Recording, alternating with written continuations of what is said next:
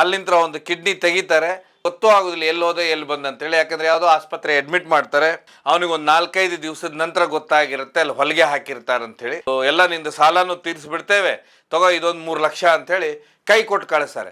ಆದ್ರೆ 10 ಲಕ್ಷ ಅಂತ ಕೇಳಿದ ಕೂಡಲೇ ಅದು ಅದಕ್ಕೆ ಖರ್ಚಾಯ್ತು ಇದಕ್ಕೆ ಖರ್ಚಾಯ್ತು ಅಂತ ಹೇಳಿ ಮತ್ತೆ ಒಂದು ಕಿಡ್ನಿ ಕಿತ್ಕೊಂಡು ಇದು ಮಾಡಿಬಿಟ್ಟು. ಯಾವಾಗ ಇಲ್ಲಿ ಬಂಡವಾಳ ಶಾಹಿಗಳ ಹತ್ರ ದುಡ್ಡು ಜಾಸ್ತಿ ಆಗುತ್ತೆ ನಮ್ಮ ದೇಶದಲ್ಲಿ, ಅವ್ರದ್ದು ಕೆಲವೊಂದು ಫೈನಾನ್ಸು ಎಲ್ಲೋ ಒಂದು ಕಡೆ ಬ್ಲ್ಯಾಕ್ ಮನಿನ ತಮ್ಮ ಹಣವನ್ನ ಒಂದು ರೀತಿ ಅವ್ರು ವೈಟ್ ಮಾಡ್ತಾ ಹೋಗೋದಕ್ಕೆ ಈ ಬಿಸ್ನೆಸ್ ಅಲ್ಲಿ ಅವ್ರು ಮೇನ್ ಆಗಿ ಇಳಿದಾಗ ಏನ್ ಮಾಡ್ಬಿಡ್ತಾರೆ, ಕೆಲವೊಂದು ಗೊತ್ತಿರಲಾರ್ದಂಥ ಕರಾಮತ್ತುಗಳು ನಡೆದು ಹೋಗ್ಬಿಡುತ್ತೆ. 2022ನೇ ಇಸ್ವಿಯಲ್ಲಿ RBI ಏನು ಮಾಡುತ್ತೆ, ಇದರಲ್ಲಿ ತಮ್ಮ ಸುಮಾರು ಸಡಿಲಿಕೆಗಳನ್ನ ಕೊಡುತ್ತೆ. ಮೈಕ್ರೋ ಫೈನಾನ್ಸ್ ಸಾಲ ತಗೊಳ್ಳುವ ಏನ್ ಮಾಡ್ಬಿಡ್ತಾರೆ, ಯಾರೋ ಅವಳು ತಗೊಂಡಿದ್ದಾಳೆ ನಾನು ತಗೊಳ್ಳೋದು ಅವಳು ತಗೊಳ್ಳೋದು, ಆಮೇಲೆ ಆ ಸಮಯದಲ್ಲಿ ಸೈನ್ ಎಲ್ಲ ಪೇಪರಲ್ಲೂ ಸೈನ್ ಹಾಕಿ ಕೊಟ್ಟು ಬಿಡ್ತಾರೆ. ಮಾನ್ಯ ವೀಕ್ಷಕರೇ, ಅಳಿದುಳಿದವರು ಕಂಡಂತೆ ಸ್ವಾಗತ ಸುಸ್ವಾಗತ. ರಾಜ್ಯದಲ್ಲಿ ಬಹುದೊಡ್ಡ ಸುದ್ದಿ ಅಂತ ಹೇಳಿದ ಕೂಡಲೇ ಮೈಕ್ರೋ ಫೈನಾನ್ಸಿನ ಸುದ್ದಿ. ಯಾಕಂತ ಹೇಳಿದ್ರೆ ವಿಶೇಷವಾಗಿ ಇಲ್ಲಿ ಅತಿ ಹೆಚ್ಚು ರಾಜ್ಯದಲ್ಲಿ ಸಾಲ ತಗೊಂಡವರು ಅಂದ ಕೂಡಲೇ ಮಹಿಳೆಯರೇ ಕಾಣಿಸ್ತಾರೆ ಇಲ್ಲಿ. ಯಾಕೆ ಈ ಮಹಿಳೆಯರನ್ನೇ ಈ ಮೈಕ್ರೋ ಫೈನಾನ್ಸ್ ನವರು ಟಾರ್ಗೆಟ್ ಮಾಡ್ತಾರೆ ಅಂದ ಕೂಡಲೇ ಸುಮಾರು ಕಡೆ ನೀವು ನೋಡ್ಬೋದು, ಸುಮಾರು ಸಂಘಗಳನ್ನ ತೆಗಿತಾರೆ ಬೇರೆ ಬೇರೆ ಹೆಸರಿನಲ್ಲಿ ಸಂಘ ತೆಗೆದು ಏನ್ ಮಾಡ್ಬಿಡ್ತಾರೆ ಅಂತ ಹೇಳಿದ್ರೆ ಒಂದು ಮಹಿಳೆಯರ ಗುಂಪು ಅಂತ ಹೇಳಿ ಗುಂಪಿನಿಂದ ಅಂತ ಹೇಳಿದ್ರೆ, ಈಗ ವಿಶೇಷವಾಗಿ ಒಂದು ಬ್ಯಾಂಕ್ ಅಂತ ಹೇಳಿದ್ರೆ ಯಾವ್ದಾದ್ರು ಒಂದು ಬ್ಯಾಂಕ್ನಲ್ಲಿ ಮನೆಯದು ಏನಾದ್ರೂ ಉತ್ಪನ್ನಗಳನ್ನು ರೆಡಿ ಮಾಡುವಂತ ಮಹಿಳೆಯರ ಸಾಲ ಕೊಡಬೇಕು ಅಂತ ಹೇಳಿ ತುಂಬಾ ಕಡಿಮೆ ಬಡ್ಡಿಯಲ್ಲಿ ಸಾಲ ಕೊಡೋದು. ಅದನ್ನ ಏನ್ ಮಾಡ್ತಾರೆ ಅಂದ್ರೆ, ಕಡಿಮೆ ಬಡ್ಡಿಯಲ್ಲಿ ಯಾವ್ದು ಸಾಲ ಕೊಡ್ತಾರೆ ಇವ್ರು ಏನ್ ಮಾಡ್ತಾರೆ, 10 ಜನದ್ದು ಒಂದು ಗುಂಪನ್ನ ಮಾಡ್ತಾರೆ. ಯಾವ್ದೊಂದು ಆಫೀಸ್ ಇಟ್ಕೊಂಡಿರ್ತಾರೆ ಒಂದು ಹೆಸರಲ್ಲಿ, ಸಾಲ ತಗೊಳ್ಳೋದು ಈ 10 ಜನರ ಹೆಸರಲ್ಲೇನೆ, ಯಾವುದು ಆ ಬ್ಯಾಂಕ್ನಿಂದ ಹೋಗಿ ಆ ನಂತರ ಬ್ಯಾಂಕ್ ಕೊಡುದು ಅವರಿಗೆ. ಆದ್ರೆ ದುಡ್ಡು ಕಟ್ಟಬೇಕು ಯಾರಿಗೆ ಅಂತ, ಯಾವ ಸಂಘ ಇರುತ್ತೆ ಅಲ್ಲೋಗಿ ದುಡ್ಡು ಕಟ್ಟಬೇಕು. ಇದು ತುಂಬಾ ಇಲ್ಲಿ ಇರುವಂತ ದೊಡ್ಡ ಗೇಮ್ ಅಂತ ಹೇಳಿದ್ರೆ ಇದು ದೊಡ್ಡ ಆಟ. ಯಾಕಂತ ಹೇಳಿದ್ರೆ ಇಲ್ಲಿ ಏನಾಗುತ್ತೆ, 10 ಜನರಿಗೆ 10 ಜನನು ಜಾಮೀನ್ ಆಗ್ಬಿಟ್ರೆ, ಸಪೋಸ್ ಒಂದು 5 ಲಕ್ಷ ತಗೊಂಡಿರ್ತಾರ ಅಂತ ಹೇಳಿದ್ರೆ 5 ಲಕ್ಷ ತಲಾ 50 ಸಾವಿರ ತರ 10 ಜನರಿಗೆ ಕೊಡ ಅಂದ್ರೆ ಸಾಲ. ಆಮೇಲೆ ಇನ್ನೊಂದು ವಿಶೇಷ ಅಂತ ಹೇಳಿದ್ರೆ ಇಲ್ಲಿ ಸಾಲ ತಗೊಳ್ಳುವ ಏನ್ ಮಾಡ್ಬಿಡ್ತಾರೆ, ಯಾರೋ ಅವಳು ತಗೊಂಡಿದ್ದಾಳೆ ನಾನು ತಗೊಳ್ಳೋದು ಅವಳು ತಗೊಳ್ಳೋದು, ಆಮೇಲೆ ಆ ಸಮಯದಲ್ಲಿ ಸೈನ್ ಎಲ್ಲ ಪೇಪರಲ್ಲೂ ಸೈನ್ ಹಾಕಿ ಕೊಟ್ಟು ಬಿಡ್ತಾರೆ. ಅದಾದ ನಂತರ ಏನಾಗುತ್ತೆ ಅಂತ ಹೇಳಿದ್ರೆ, ಯಾವ ವ್ಯಕ್ತಿ ಅಂತ ಹೇಳಿದ್ರೆ ಇವರಿಗೆ ಸಾಲ ತಗೊಂಡಿರ್ತಾರೆ ಇವರು ಪ್ರತಿ ವಾರನೂ ಸಾಲ ಕಟ್ಟಬೇಕಂತ ಇರುತ್ತೆ. ಅದು 1,000 ರೂಪಾಯಿ ಇರ್ಬೋದು ಅಥವಾ 2,000 ರೂಪಾಯಿ ಇರ್ಬೋದು, ಪ್ರತಿ ವಾರ ಕಟ್ಟಬೇಕು. ಸಪೋಸ್ ಒಂದು ವಾರಕ್ಕೆ 500 ರೂಪಾಯಿ 30,000 ರೂಪಾಯಿ ತಗೊಂಡಿದ್ದ ಅಂದ್ರೆ ಅವನು ಪ್ರತಿ ವಾರ 500 ರೂಪಾಯಿ ಕಟ್ಟಬೇಕಾಗುತ್ತೆ. ಬರುವುದಲ್ಲಿ ಆ್ಯಕ್ಚುಲಿ ಏನಂತ ಹೇಳಿದ್ರೆ 300 ರೂಪಾಯಿ ಚೇಂಜ್ ಏನೋ ಬರುತ್ತೆ, ಮತ್ತೆ ಬಡ್ಡಿ ಸೇರಿಸಿ 500 ರೂಪಾಯಿ ಆಗುತ್ತೆ. ಆ 500 ರೂಪಾಯಿ ಕಟ್ಟಿದಾಗ ಏನಾಗುತ್ತೆ, ತಿಂಗಳಲ್ಲಿ 2,000 ಆಯಿತು, ತಿಂಗಳಿಗೆ 12 ತಿಂಗಳು ಅಂತ ಹೇಳಿದ್ರೆ 24,000 ಆಗುತ್ತೆ. ಆ ಬಡ್ಡಿ ಇವ್ರು ಏನು ಮಾಡಿಬಿಟ್ಟಿರ್ತಾರೆ ಅಂತ ಹೇಳಿದ್ರೆ, ಮೊದಲು ಬಡ್ಡಿನ ತುಂಬ ಕಡಿಮೆ ಅಂತ ಏನು ತೋರಿಸಿರ್ತಾರೆ, ಅದು ಸರಿಸುಮಾರು ಇವ್ರು ತಗೊಂಡಿರುವಂಥ 30,000 ಸಾಲ ಹೇಗೆ ಹೋಗುತ್ತಂದ್ರೆ 3 ವರ್ಷದವರೆಗೂ ಹೇಳಿದ್ರೆ ಇಲ್ಲಿ ಗೊತ್ತೇ ಆಗುದಿಲ್ಲ, ಅವ್ರು ಕಟ್ತಾನೆ ಇರ್ತಾರೆ. ಇದಕ್ಕೆ ಏನ್ ಮಾಡ್ಬಿಡ್ತಾರೆ ಅಂದ್ರೆ, ವಿಶೇಷವಾಗಿ ಈ ರೀತಿ ಸಾಲ ಕೊಡುವತ್ತಿಗೆ ಮಹಿಳೆಯರನ್ನೇ ಟಾರ್ಗೆಟ್ ಮಾಡ್ತಾರೆ, ಗ್ರಾಮೀಣ ಭಾಗವನ್ನೇ ಟಾರ್ಗೆಟ್ ಮಾಡ್ತಾರೆ. ಯಾಕಂದ್ರೆ ಗ್ರಾಮೀಣ ಭಾಗದಲ್ಲಿ ಏನಾಗುತ್ತೆ, ಏನಲ್ಲಿ ಗಂಡಂದ್ರೆಲ್ಲ ಇರ್ತಾರೆ, ಅವ್ರು ಕೆಲ್ಸಕ್ಕೆ ಹೋಗ್ತಾರೆ. ಕೆಲ್ಸಕ್ಕೆ ಹೋದ ನಂತರ ಈ ಲೇಡೀಸ್ ಇರ್ತಾರೆ, ಇವರು ಮೀಟಿಂಗ್ ಮಾಡ್ತಾರೆ, ಈ ಸಂಘದವ್ರು ಸಾಲ ಕೊಡ್ತಾ ಇದ್ದಾರೆ, ಈ ಸಂಘದವ್ರು ಸಾಲ ಕೊಡ್ತಾ ಇದ್ದಾರೆ, ಅಷ್ಟನ್ನೊತ್ತಿ ಇವರೆಲ್ಲ ಖುಷಿ ಆಗ್ಬಿಡುತ್ತೆ. ಇದೆಲ್ಲದಕ್ಕಿಂತ ಹೆಚ್ಚಾಗಿ ಇವ್ರಿಗೆ ಇನ್ನೊಂದು ತಲೆಯಲ್ಲಿ ಬಂದ್ಬಿಟ್ಟಿರುತ್ತೆ, ಹೇಳೋರು ಏನು ಮಾಡಿಬಿಟ್ಟಿರ್ತಾರೆ ಅಂತ ಹೇಳಿದ್ರೆ, ಈ ಸಂಘದಲ್ಲಿ ಸಾಲ ತಗೊಳ್ಬೋದು, ಮತ್ತೆ ಯಾವುದಾದ್ರೂ ಸರ್ಕಾರ ಬಂದ್ಬಿಟ್ರೆ ಮನ್ನಾ ಮಾಡಿಬಿಡುತ್ತೆ, ಇದು ಒಂದು ತಲೆಯಲ್ಲಿ ತಗೊಳ್ತಾರೆ. ಹೀಗಾಗಿ ಏನಂತ ಹೇಳಿದ್ರೆ 10 ಜನರು ಏನಂತೆ ಮನ್ನಾ ಮಾಡಿಬಿಡ್ಬೋದು ಅಂತಿರುತ್ತೆ. ಇನ್ನು ಉಳಿದಂಥವ್ರು ಇತ್ತೀಚೆಗಂತೂ ಕಳೆದ 1 ವರ್ಷದಿಂದ ಏನು ಸರ್ಕಾರ ಒಂದು 2,000 ರೂಪಾಯಿ ಕೊಡುವಂಥದ್ದಿದೆ, ಈ ಅತ್ತೆ ಮತ್ತು ಸೊಸೆ ಅನ್ನೋದೇನು ಹೊಸ ಸರ್ಕಾರದ ಈ ಗೃಹಲಕ್ಷ್ಮಿ ಸ್ಕೀಮ್ ಇದೆ, ಇದನ್ನು ನಂಬಿಕೊಂಡು ಎಷ್ಟೋ ಜನ ಸಾಲ ತಗೊಂಡಂಥವ್ರು ಇದರಿಂದಾದ್ರೂ ನಾವು ಕೊಡ್ಬೋದು ಅಂತ. ಇದು ಮನೆಯಲ್ಲಿರುವಂಥ ಎಷ್ಟೋ ಗಂಡ್ಮಕ್ಳಿಗೆ ಈ ವಿಷಯನೇ ಗೊತ್ತಾಗಿರೋದಿಲ್ಲ. ಹೀಗಾಗಿ ನೀವು ಇತ್ತೀಚೆಗೆ ಎಲ್ಲಾ ಮಾಧ್ಯಮಗಳಲ್ಲೂ ಅಂದ್ರೆ ಮಹಿಳೆಯರ ಸಂದರ್ಶನಗಳನ್ನೇ ವಿಶೇಷವಾಗಿ ನೋಡಿರ್ತೀರಾ. ಮಹಿಳೆಯರೇ ಕೂತ್ಕೊಂಡಿರೋದು ಸ್ಟ್ರೈಕಿಗೆ ಅಥವಾ ಪ್ರತಿಭಟನೆ ಕೂತ್ಕೊಂಡಿರೋದು. ಯಾಕಂದ್ರೆ ಅವರೆಲ್ಲ ಹೇಳುವಂಥದ್ದು ನೀವು ಕೇಳಿರ್ತೀರಾ, ಏನಂತ ಹೇಳಿದ್ರೆ, ಏನು ಸಾಲ ವಸೂಲಿಗೆ ಬರ್ತಾರೋ ಅವ್ರ ಮನೆಯಲ್ಲೇ ಬಂದು ಕೂತ್ಕೊಳ್ತಾರೆ, ಕೂತ್ಕೊಂಡ ನಂತರ ಸಂಜೆವರೆಗಾದ್ರೂ ಹೋಗೋದಿಲ್ಲ, ದುಡ್ಡು ಕಟ್ಟು ಅಂದ್ರೆ ನಮ್ಮ ಕಂತು ಕಟ್ಟು ಅನ್ನುವಂಥದ್ದು. ಇದು ಯಾಕೆ ಈ ರೀತಿ ಆಗುತ್ತೆ ಅಂತ ಹೇಳಿದ್ರೆ, ಏನು ಸಾಲ ಕೊಡ್ತಾನೆ ಫಸ್ಟಿಗೆ ಏನು ಇವ್ರು 10 ಜನ ಹೋಗಿ ತಮ್ಮದೊಂದು ಏನೋ ಒಂದು ಸ್ವ ಉದ್ಯೋಗ ಮಾಡ್ತೇವೆ ಒಂದು ಸಾಲ ತಗೊಳ್ತಾರೆ. ಸಾಲ ತಗೊಂಡಾದ ನಂತರ ಇವ್ರು ಏನು ಮಾಡಿಬಿಡ್ತಾರೆ ಅಂತ ಹೇಳಿದ್ರೆ, ವಾಪಸ್ ಬಂದ ನಂತರ ಈ ವಾರ ಯಾರಾದರೂ ಒಬ್ರು ಕಟ್ಟಲಿಲ್ಲ ಅಂತ ಹೇಳಿ ಅವ್ರು ಏನಾಗುತ್ತೆ ಅಂತ ಹೇಳಿದ್ರೆ ಇವ್ರ ಕೈಯಿಂದ ಫೋನ್ ಮಾಡಿಸ್ತಾ ಯಾರು ಅವರು ಸಾಕ್ಷಿ ಯಾರು ಹಾಕಿರ್ತಾರೆ ಅವ್ರ ಫೋನ್ ಮಾಡಿಸಿದ ಕೂಡಲೇನೆ ಏನಾದ್ರೂ ಮಾಡಿ ಕಟ್ಟು ಅಂತ, ಈ ಕಟ್ಲೇಬೇಕಾಗತ್ತ ಇಲ್ಲ ಅಂತ ಹೇಳಿದ್ರೆ ಅಲ್ಲಿ ಏನಾಗ ಮರ್ಯಾದೆ ಪ್ರಶ್ನೆ ಬಂದ್ಬಿಡುತ್ತೆ. ಇದಾದ ನಂತರ ಇನ್ನೊಂದು ಕೆಲವೊಂದು ಯಾವ ರೀತಿ ಮಾಡ್ತಾರೆ ಅಂತ ಹೇಳಿದ್ರೆ, ಕೆಲವೊಂದು ಸಂಘಗಳು ಏನಂದ್ರೆ ಆ ಏರಿಯಾದಲ್ಲಿ ಆ ಹಳ್ಳಿಯಲ್ಲೇ ಇರುತ್ತೆ, ಅವ್ರಿಗೆ ಯಾರ ಮನೆ ಎಲ್ಲಿದೆ ಏನಿದೆ ಅವ್ರು ಎಷ್ಟು ಗಂಟೆಗೆ ಹೋಗ್ತಾರೆ ಬರ್ತಾರೆ ಅನ್ನೋದು ಗೊತ್ತಿರುತ್ತೆ. ಹೀಗಾಗಿ ಅವ್ರೇನು ಮಾಡಿಬಿಡ್ತಾರೆ ಅಂತ ಹೇಳಿದ್ರೆ, ಬೆಳಗ್ಗೆ ಇನ್ನೂ 8 ಗಂಟೆನೇ ಆಗಿರೋದಿಲ್ಲ ಅವಾಗ ಕುತ್ಕೊಂಡ್ಬಿಡೋದು, ನೀನು ನಾನು ದುಡ್ಡು ಕೊಡೋದಿದೆ ಕೊಡಲೇಬೇಕು, ಕಂತು ಕಟ್ಟಿಲ್ಲ ನೋಡ್ರಿ ಅಂತೇಳಿ ಅಕ್ಕಪಕ್ಕ ಮನೆಯವ್ರ ಹತ್ರ ಹೇಳಲಿಕ್ಕೆ ಶುರು ಮಾಡ್ತಾರೆ. ಆಗ ಅಲ್ಲಿದ್ದಂಥವ್ರಿಗೆ ಸ್ವಾಭಿಮಾನದ ಪ್ರಶ್ನೆ, ಮರ್ಯಾದೆ ಹೋಗ್ಲಿಕ್ಕೆ ಶುರು ಆಗುತ್ತೆ. ಹೀಗಾಗಿ ಮರ್ಯಾದೆಗೆ ಅಂಜುತ್ತಾರೆ. ಆಮೇಲೆ ರಾತ್ರಿ 9 ಗಂಟೆಗೆ ಹೋಗಿ ಅವ್ರ ಮನೆ ಮುಂದೆ ನಿಂತ್ಕೊಂಡು ಕಿರ್ಚಾಡೋದು, ಯಾಕೆ ಕೊಟ್ಟಿಲ್ಲ ದುಡ್ಡು ಕೊಡಬೇಕು, ಅಲ್ಲಿ ನಮ್ಮನ್ನು ಕೇಳ್ತಾರೆ, ನಮ್ಮ ಹತ್ರ ವಸೂಲಿ ಮಾಡ್ತಾ ಇದ್ದಾರೆ ಅಂತ ಹೇಳಿದ್ರೆ, ಯಾವಾಗ ಈ ರೀತಿ ಸಾಲವನ್ನ ತಗೊಂಡ ನಂತರ ಕಟ್ಲಿಕ್ಕೆ ಆಗುದಿಲ್ವೋ ಅವ್ರ ಹತ್ರ, ಆಗ ಇವ್ರು ಏನ್ ಮಾಡ್ಬಿಡ್ತಾರೆ, ಅವ್ರ ಏರಿಯಾದಲ್ಲಿ ಯಾರು ಇರ್ತಾನೆ ಅದೇ ವ್ಯಕ್ತಿಗೆ ರಿಕವರಿ ಕೊಟ್ಟು ಬಿಡ್ತಾರೆ. ಅವ್ರದ್ದು 1 ಲಕ್ಷ ವಸೂಲಿ ಮಾಡಿಕೊಡು, ನಿನ್ಗೆ 10,000 ರೂಪಾಯಿ ದುಡ್ಡು. ಯಾಕೆಂದ್ರೆ ಬಡ್ಡಿ ನಾನು ಹೇಳದಲ್ಲ ನಿಮ್ಗೆ, ಯಾವ್ದನ್ನ 30,000 ತಗೊಂಡಿರ್ತಾರೆ ಅದು ಹೋಗಿ 60-70 ಸಾವಿರ ಆಯ್ತಂದ್ರೆ ವ್ಯಾಪಾರಿ ದುಡ್ಡು ಆಯ್ತದು. ಆ ದುಡ್ಡಿಗೆ ಇಂಟ್ರೆಸ್ಟ್ ಎಷ್ಟು ಬಿತ್ತು. RBIದಲ್ಲಿ ಈ ಸ್ಮಾಲ್ ಸ್ಕೇಲ್ ಫೈನಾನ್ಸ್ ಅಂದ್ರೆ ಮೈಕ್ರೋ ಫೈನಾನ್ಸ್ಗಳಿಗೆ ಕೆಲವೊಂದು ಇಷ್ಟೇ ಬಡ್ಡಿ ವಿಧಿಸಬೇಕು, ಇದೇ ರೀತಿ ವ್ಯವಹಾರ ಮಾಡಬೇಕು, ಆಮೇಲೆ ಈ ರೀತಿ ನೀವು ಸಾಲ ವಸೂಲಿ ಮಾಡೋದಿದ್ರೆ ಅವ್ರಿಗೆ ನೋಟಿಸ್ ಕೊಡಬೇಕು, ಇವೆಲ್ಲನೂ ಆ ಕಾನೂನೊಳಗಿದ್ದು ದುಡ್ಡನ್ನ ಕೇಳಬೇಕು, ಅವ್ರು ಕೊಡ್ಲಿಕ್ಕೆ ಇದಾರೋ ಇಲ್ಲೋ ಆದ್ರೆ ಏನ್ ಮಾಡ್ಬಿಡ್ತಾರೆ, ಯಾವಾಗ ಇಲ್ಲಿ ಬಂಡವಾಳಶಾಹಿಗಳ ಹತ್ರ ದುಡ್ಡು ಜಾಸ್ತಿ ಆಗುತ್ತೆ ನಮ್ಮ ದೇಶದಲ್ಲಿ, ಅವ್ರದ್ದು ಕೆಲವೊಂದು ಫೈನಾನ್ಸು ಎಲ್ಲೋ ಒಂದು ಕಡೆ ಬ್ಲ್ಯಾಕ್ ಮನಿನ ತಮ್ಮ ಹಣವನ್ನ ಒಂದು ರೀತಿ ಅವ್ರು ವೈಟ್ ಮಾಡ್ತಾ ಹೋಗೋದಕ್ಕೆ ಈ ಬಿಸ್ನೆಸ್ಸಲ್ಲಿ ಅವ್ರು ಮೇನ್ ಆಗಿ ಇಳಿದಾಗ ಏನು ಮಾಡಿಬಿಡ್ತಾರೆ, ಕೆಲವೊಂದು ಗೊತ್ತಿರಲಾರ್ದಂಥ ಕರಾಮತ್ತುಗಳು ನಡೆದು ಹೋಗ್ಬಿಡುತ್ತೆ. ಹೀಗಾಗಿಯೇ 2022ನೇ ಇಸ್ವಿಯಲ್ಲಿ RBI ಏನು ಮಾಡುತ್ತೆ, ಇದರಲ್ಲಿ ತಮ್ಮ ಸುಮಾರು ಸಡಿಲಿಕೆಗಳನ್ನು ಕೊಡುತ್ತೆ ಮೈಕ್ರೋ ಫೈನಾನ್ಸ್ ಅಂತ ಹೇಳಿದ್ರೆ ಬಡ್ಡಿ ವಿಷಯದಲ್ಲಿ. ಆಗ ಏನಾಗುತ್ತೆ, ಮೈಕ್ರೋ ಫೈನಾನ್ಸ್ ಅನ್ನುವಂಥದ್ದು ಪ್ರತಿ ಭಾರತದಂಥ ಊರಿಗೆ ಮುಖ್ಯವಾಗಿರೋದು ಇಲ್ಲಿ ಗ್ರಾಮದಲ್ಲಿ ವಿಶೇಷವಾಗಿ ತುಂಬ ಕಷ್ಟದಲ್ಲಿ ಇವತ್ತಿಗೂ ಜನ ಇದ್ದಾರೆ. ಬಡತನ ಅನ್ನೋದು ನಮ್ಮಲ್ಲಿ ವಿಪರೀತವಾಗಿದೆ.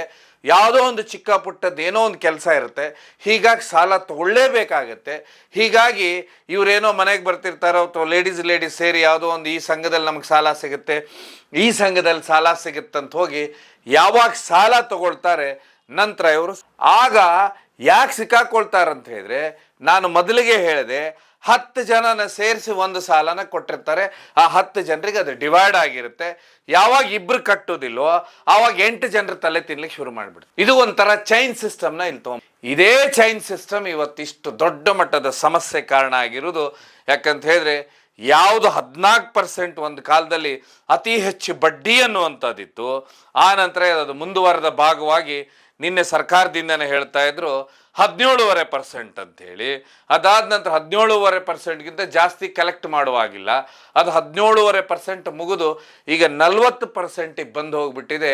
ಈ ಸಾಲ ಅನ್ನುವಂಥದ್ದು ಎಷ್ಟು ದೊಡ್ಡ ಮಟ್ಟದಲ್ಲಿ ಈ ದೇಶದಲ್ಲಿ ಸಮಸ್ಯೆ ಆಗಿದೆ ಅಂದರೆ, ನಮ್ಮ ರಾಜ್ಯದಲ್ಲಿ ಸುಮಾರು ಜನ, ನೀವು ಇತ್ತೀಚೆಗೆ ಈಗಾಗಲೇ ನೀವು ಪೇಪರಲ್ಲಿ ಓದಿರ್ತೀರ, ನಿನ್ನೆ ಪೇಪರಲ್ಲೇ ಕಿಡ್ನಿ ಮಾರಾಟ ಜಾಲ ಸಕ್ರಿಯವಾಗಿದೆ.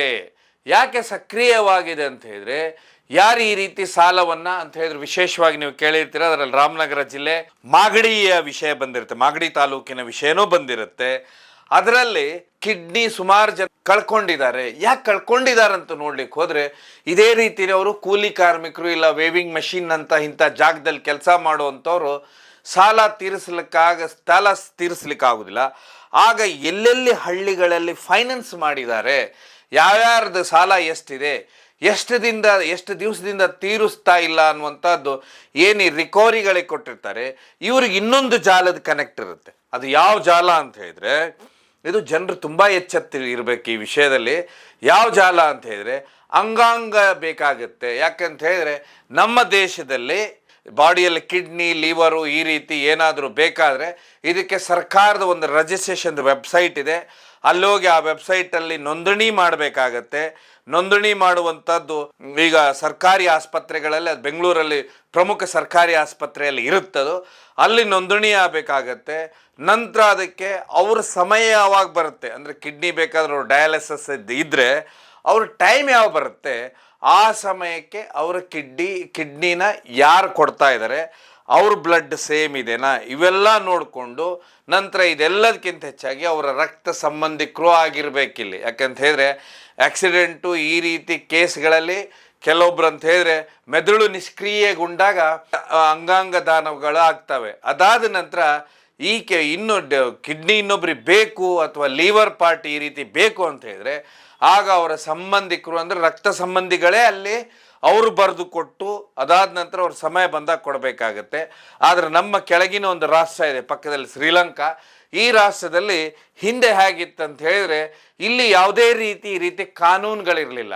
ಹೀಗಾಗಿ ಇಲ್ಲಿ ಏನಂತ ಹೇಳಿದ್ರೆ ಈ ರೀತಿಯ ವ್ಯವಸ್ಥಿತವಾದ ಜಾಲಗಳು, ಯಾಕಂದ್ರೆ ಕಾಲದಲ್ಲಿ ಮಾಧ್ಯಮದಲ್ಲಿ ಬಂದಿತ್ತು ಇದೆಲ್ಲಾನು, ಸುಮಾರು ಜನ ನೀವು ಮರ್ತು ಬಿಟ್ಟಿರ್ತೀರಾ, ಆವತ್ತಿನ ಕಾಲದಲ್ಲಿ ಇದು ಮಾಧ್ಯಮದಲ್ಲೂ ಬಂದಿತ್ತು. ಅವ್ರು ಏನು ಮಾಡ್ತಾರಂತ ಹೇಳಿದ್ರೆ ಇಲ್ಲಿಂದ ಈ ರೀತಿ ಸಾಲ ತಗೊಂಡು ಯಾರು ತಗೊಂಡಿರ್ತಾನೆ ಅವನಿಗೆ ಸಾಲನೇ ತೀರಿಸ್ಲಿಕ್ಕೆ ಆಗಲಿದ್ದಾಗ ಆಗ ಅವರು ಏನು ಈ ರೀತಿ ಏಜೆಂಟ್ ಇರ್ತಾರೆ ಅವ್ರನ್ನ ಕಾಂಟ್ಯಾಕ್ಟ್ ಮಾಡ್ತಾರೆ. ಕಾಂಟ್ಯಾಕ್ಟ್ ಮಾಡಿದವರು ಆಪ್ಷನ್ ಎ ಬಿ ಕೊಡ್ತಾರೆ.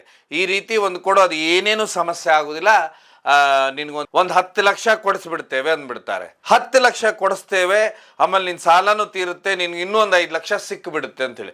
ಆಗ ಅವನಿಗೆ ಆ ಸಾಲ, ಇವ್ರ ಕಿರಿಕಿರಿ, ಕಾಟ ಎಲ್ಲದಕ್ಕಿಂತ ಹೆಚ್ಚಾಗಿ ಸುಮಾರು ಬಾರಿ ನಾನು ಏನಾದರೂ ಮಾಡ್ಕೊಂಡ್ಬಿಡ್ಬೇಕು, ಆತ್ಮಹತ್ಯೆ ಈ ರೀತಿ ಎಲ್ಲ ಮನನೊಂದಿರ್ತಾನಲ್ಲ, ಆಗ ಅವ್ನಿಗೆ ಏನಾಗ್ಬಿಡುತ್ತೆ ಅಂದರೆ ಇದೇನೋ ಒಂಥರ ಅವನಿಗೆ ಆ ಗಂಡು ಅಥವಾ ಹೆಣ್ಣು ಇಬ್ರು, ಆಗ ಅವ್ರಿಗೇನಂದ್ರೆ ಈ ವಿಷಯ ಕನ್ವೆ ಆಗ್ಬಿಡ್ತಾರೆ. ಕನ್ವೆ ಆಗ್ತಾರೆ.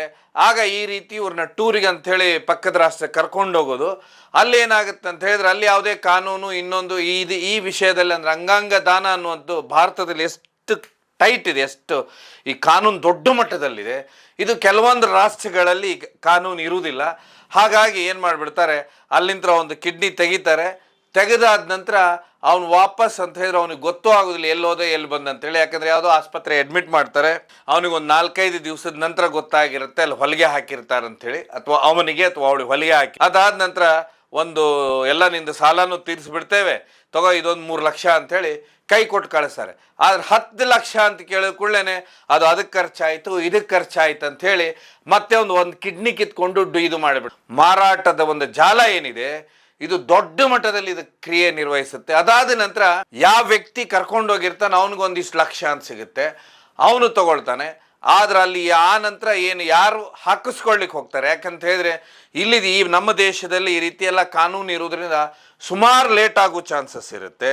ಹೀಗಾಗಿ ಏನು ಮಾಡಿಬಿಡ್ತಾರೆ, ಅವರ ಯಾವುದೋ ಇನ್ನೊಂದು ದೇಶಕ್ಕೆ ಹೋಗಲ್ಲಿ ಹಾಕಿಸ್ಕೊಂಡು ಬಿಡ್ತಾರೆ. ಈ ಕಿಡ್ನಿಗಳನ್ನು ಅಥವಾ ಲಿವರ್ ಸಮಸ್ಯೆಗಳಾಗಿದ್ದರೆ ಈ ರೀತಿ ಹಾಕಿಸ್ಕೊಂಡ್ಬಿಡ್ತಾರೆ.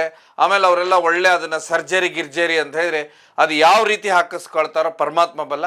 ಹೊರಗಿನ ದೇಶದೊಳಗೆ ಹೋಗಿ ಹಾಕಿಸ್ಕೊಂಡು ಬಂದಂಥದ್ದು ಎಷ್ಟೋ ಉದಾಹರಣೆಗಳ ಅಂಗಾಂಗಗಳದಿದೆ. ಆದರೆ ಇಲ್ಲಿ ಸಫರ್ ಆಗೋನು ಯಾರಂತ ಹೇಳಿದ್ರೆ ಯಾರ ಕಿಡ್ನಿ ಕೊಟ್ಟಿರ್ತಾನೆ ಅವನು ಕೊನೆಗೆ ಸಫರ್ ಆಗಿಬಿಟ್ಟಿರ್ತಾನೆ ಈ ಕೇಸಲ್ಲಿ ಅಂತ ಹೇಳೋದಕ್ಕೆ ಇದು ತುಂಬ ದುರಾದೃಷ್ಟ. ಸಾಲ ಕೊಡ್ತೇನೆ ಮನೆಗೆ ಬಂದು ಕೆಲವೊಬ್ರು ಕನ್ವೀನಿಯನ್ಸ್ ಮಾಡೋದು, ಚೈನ್ ಸಿಸ್ಟಮಲ್ಲಿ ಸೇರೋ, ನಾವು ನಿನಗೆ ಸ್ವಲ್ಪ ಒಂದು 25-50 ಸಾವಿರ ಕೊಡಿಸ್ತೇನೆ ನಾನು, ಈ ರೀತಿ ಕನ್ವೆ ಮಾಡಿದಾಗ ಅವ್ರಿಗೆ ತಲೆ ಆಡಿಸ್ಕೊಂಡು ಹೋಗಿ ಸಾಲ ತಗೊಳ್ಳೋ ಅಷ್ಟು ತಪ್ಪು ಕೆಲಸ ಯಾವುದೂ ಇಲ್ಲ ಅಂತಾರೆ ಫೈನಾನ್ಷಿಯಲ್ ಎಕ್ಸ್ಪರ್ಟ್ಸು. ಯಾಕಂತ ಹೇಳಿದ್ರೆ ಇದು ಎಲ್ಲೋ ಒಂದು ಕೂಪಕ್ಕೆ ದೂಡುತ್ತೆ. ಯಾಕಂತ ಹೇಳಿದ್ರೆ ಇಲ್ಲಿ ನಾನು ಕಿಡ್ನಿ ಅಂತ ಹೇಳಿದೆಲ್ಲ ಅದು ಮನುಷ್ಯನಿಗೆ ಬಹುಮುಖ್ಯವಾಗಿರುತ್ತೆ. ಇಲ್ಲಿ ಎಲ್ಲ ಕಿಡ್ನಿಗಳು ದೇಹದ ಪಾರ್ಟ್ಗಳಿಗೆ ಮುಖ್ಯವಾಗಿರುತ್ತೆ. ಇದನ್ನು ಎಕ್ಸ್ಪರ್ಟ್ಸ್ ಹೇಳ್ತಾರೆ.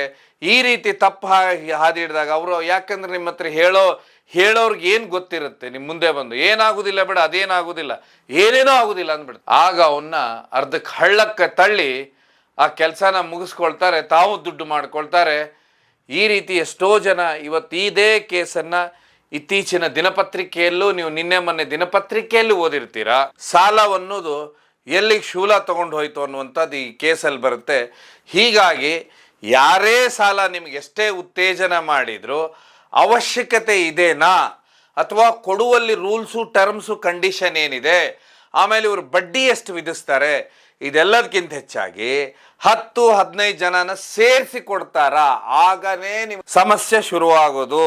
ಯಾಕಂದ್ರೆ ಒಬ್ರಿಗೊಬ್ರು ಜಾಮೀನಾಗಿರ್ತೀರ, ಸೈನ್ ಮಾಡೋ ಹೊತ್ತಿಗೆ ಯಾರಿಗೂ ಗೊತ್ತಾಗುದಿಲ್ಲ ನಮಗೆ, ನಾವು ಒಬ್ರಿಗೊಬ್ರು ಜಾಮೀನು ಆಗ್ಬಿಟ್ಟಿರ್ತೇವೆ. ಅವರು ಸಾಲ ಕಟ್ಟಲಿಲ್ಲ ಈ ವಾರದ ಅಂತ ಹೇಳಿದ್ರೆ, ಕಂತು ಕಟ್ಟಲಿಲ್ಲ ಅಂದ್ರೆ ಇವ್ರಿಗೆ ಫೋನ್ ಮಾಡಿ ಹೇಳೋದು ಅವ್ರದ್ದು ಕಂತು ಕಟ್ಟಿಸಿ ಆಮೇಲೆ ನಿಮ್ದು ಕಂತು. ಆಗನೇ ಇದೇನಾಗುತ್ತೆ, ಈ ಒಂದು ಹಳ್ಳಿಯಲ್ಲಿ ದೊಡ್ಡ ಸಮಸ್ಯೆಗಳು ಇವತ್ತು ಶುರುವಾಗಿದ್ದಂದ್ರೆ ಹಳ್ಳಿಗಳಲ್ಲಿ ಇದೇ ದೊಡ್ಡದು. ಯಾಕಂತ ಹೇಳಿದ್ರೆ ನೀವು ನಗರಕ್ಕೆ ಬಂದರೆ ಕೆಲವೊಂದು ಏರಿಯಾಗಳಲ್ಲಿ ಈಗೂ ಇದೆ, ಆದರೆ ಇಲ್ಲಿ ಹೆಚ್ಚಾಗಿ ಅಷ್ಟು ಜಾಸ್ತಿ ಒಬ್ರಿಗೊಬ್ರು ಕನೆಕ್ಟ್ ಇರೋದಿಲ್ಲ, ಇದು ಅಷ್ಟು ದೊಡ್ಡ ಮಟ್ಟದಲ್ಲಿ ಮಾಡ್ಲಿಕ್ಕೆ ಆಗೋದಿಲ್ಲ. ಹಳ್ಳಿಯಲ್ಲಿ ವಿಶೇಷವಾಗಿ ತುಂಬ ಮುಗ್ಧರು ಮತ್ತು ಅವ್ರವ್ರ ಮನೆಯಲ್ಲಿ ಇರ್ತಾರನ್ನುವಂಥದ್ದು ಒಂದನ್ನು ದುರುಪಯೋಗ ಪಡಿಸ್ಕೊಂಡು ಇವ್ರೇನು ಮಾಡ್ತಾರೆ, ಈ ದಂಧೆನ ದೊಡ್ಡ ಮಟ್ಟದಲ್ಲಿ ಮಾಡ್ತಾರೆ. ಇದೆಲ್ಲದಕ್ಕಿಂತ ಹೆಚ್ಚಾಗಿ ಈ ಸಾಲ ಅನ್ನೋ ಶೂಲ. ಹೀಗಾಗಿ ಇದು ಕೇವಲ ಅಂತ ಹೇಳಿದ್ರೆ, ಇನ್ನಾದರೂ ನೀವೆಲ್ಲರೂ ಎಚ್ಚರಿಕೆಯಿಂದರೆ ದಯವಿಟ್ಟು ಈ ರೀತಿ ಇದಕ್ಕೆ ಬಲಿಯಾಗಬೇಡಿ. ಆಮೇಲೆ ಇದೆಲ್ಲ ಏನಂತ ಹೇಳಿದ್ರೆ, ಇವತ್ತೇನು ನಮ್ಮ ನಡೀತಾ ಇದೆ ನಮ್ಮ ಸುತ್ತಮುತ್ತ, ಆ ಮಾಹಿತಿನ ಕ್ರೋಢೀಕರಿಸಿ ನಾನು ನಿಮ್ಮ ಮುಂದೆ ಹೇಳಿದೆ. ಇದು ಕೇವಲ ಜನಜಾಗೃತಿಗೋಸ್ಕರ. ಕಾರ್ಯಕ್ರಮ ನೋಡಿದ್ದಕ್ಕೆ ತುಂಬ ಧನ್ಯವಾದ.